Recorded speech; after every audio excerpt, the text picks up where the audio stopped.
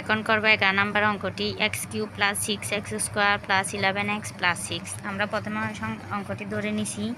এরপর আমরা এখন অঙ্কটি প্রথমে শুরুর সংখ্যাটি বসে দিয়ে এটা সোজা সোজা বসে যাবে। এরপর আমরা এটাকে ভাঙবো। এটাকে ভাঙলে কত হয়? তাহলে x² প্রথমে x² দিই, এরপরে 5x² মানে 5-এর 1-এ 6, এই দুইটা যোগ করলে হয় 6। এরপর আমরা এটাকে ভাঙবো। এখানে যেহেতু 5 আছে তাইলে আমরা 5 দিয়ে ভাঙি প্রথমে।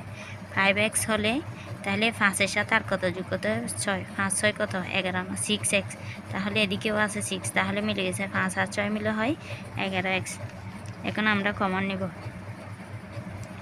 কমন নিলে কত আসে? x² কমন নিলে x + 1, আর এখান থেকে 5x কমন নিলে x + 1। এরপর এখানে কত কমন নিতে হবে? 6। 6 যদি কমন নিই x + 1। এরপরে আমরা x + 1 কমন নিছি। এরপর এখানে কি আসে? x² + 5x + 6। তাহলে এখন কত বসবে? x + 1। এখন দেখো x², এখন আমাদের এটা মিডল টার্ম ফ্যাক্টর যাবে। এটা আমরা গুণ করে 6 মিলাবো আর যোগ বিয়োগ করে 5 মিলাবো। তাহলে কত আসবে? 3 × 2 = 6। আমাদের এই 2x দিই, 2x + 3x + 6।